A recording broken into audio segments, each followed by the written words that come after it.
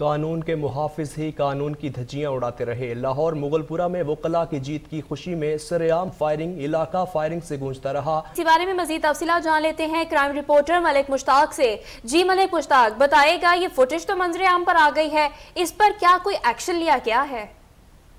जी बिल्कुल, देखें कि सीसीटीओ लाहौर की तरफ से जो दावे किए जा रहे थे वो हवा में उड़ा दिए गए हैं। और दूसरी बड़ी बात कि शहर लाहौर में असला की नुमाइश और हवाई फायरिंग पर सख्त पाबंदी है, और कोई भी शख्स किसी भी इलाके में हवाई फायरिंग करता हुआ पकड़ा जाए तो पूरी तौर पर उसे मुतलका थाने के लोग पकड़ते हैं और उस पर FIR दर्ज की जाती है।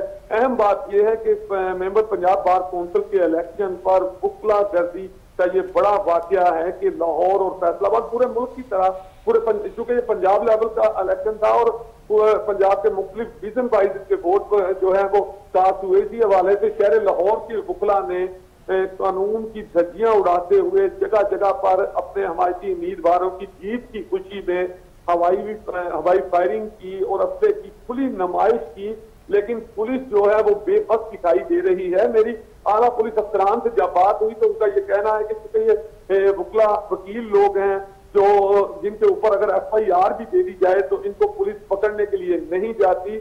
लेकिन अहम बात यह है कि बुकला की जानिब से सरेआम फायरिंग के जो वाकयात हैं मुख्तलिफ जगह पर, ये एक जगह नहीं बल्कि लाहौर की कई ऐसे इलाके हैं जहां पर रात से लेकर मुकदमा दर्ज हो जाते हैं लेकिन एक्शन नहीं लिया जाता। मलिक मुश्ताक, मुझे ये बताइएगा कि ये वकला कानून के रखवाले हैं और इनकी जानिब से ही देखा जाता है कि हर कुछ अरसे बाद कानून की धज्जियां उड़ाई जाती हैं, तो क्या कोई ऐसा लाहे अमल होना चाहिए कि इनको इस तरीके से छूट ना दी जाए?